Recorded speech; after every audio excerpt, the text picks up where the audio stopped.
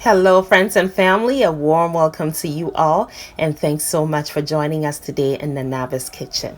My name is Nanaba, and I am the proud cook on this channel. So, what we do here is cook. However, today we're not doing any cooking. We're going to talk about something that is extremely important today. With the scare and epidemic of coronavirus, it has become very important to practice very proper hand hygiene. Also, we're going to learn how to prepare your own homemade hand sanitizer. This video was suggested by Stormy McMahon. I want to really thank you for this great suggestion.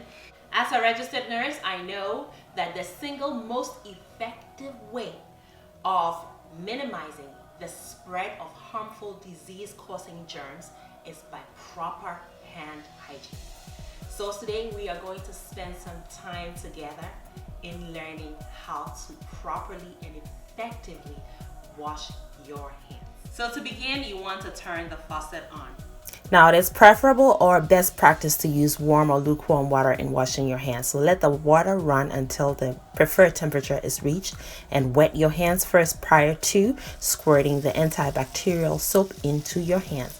Now, friends and family, it is the rubbing action that really loosens the pathogens, those disease-causing microorganisms, prior to actually washing them off. And you want to get into your nails, especially if you have long nails, and then in between your hands. And this needs to be at least 20 seconds. And then you want to rinse your hands with the running water in a downward position and turn the faucet off with a no hand technique.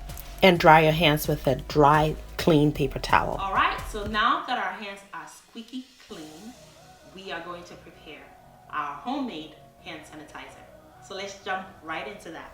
So you need your isopropyl alcohol, whose strength needs to be in the 90s for it to be effective and strong enough to destroy the germs, those disease-causing pathogens. This is 91% isopropyl alcohol. You also need your gel, and this is the aloe vera gel, and an optional ingredient, which is your essential oil to provide fragrance. I'm using the grapefruit essential oil today. Again, it is optional. Now, the ratio of the alcohol to the gel is 2:1. So you need 2 parts of the alcohol to 1 part of the gel. The gel is going to provide the solution with that stable structure that prevents it from being too runny, and it also gives your hands a nice soothing feel. Now, friends, we obviously have to make sure that our utensils in our working area is squeaky clean, very important. So your mixing container, your stirring utensil, all of it in your working area have to be clean. Now, we've poured in a few drops of the essential oil to give it that fragrance. Again, that is optional, and you want to stir it until it is combined effectively. And let's try it and see how stable the structure is. It is not too runny, and it smells strong, and you feel it on your hands that your germs, if there are any, will not survive. Now, I have these containers that I'm going to be pouring my hand sanitizer into. And what I'm going to do is place some in my car so it is handy and close to my person while I'm driving.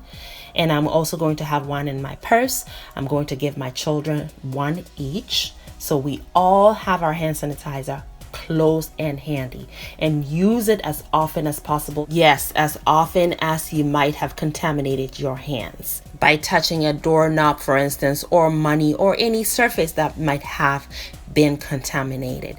Use your hand sanitizer. And of course, remember that the single most effective way of destroying disease-causing germs is by proper hand hygiene.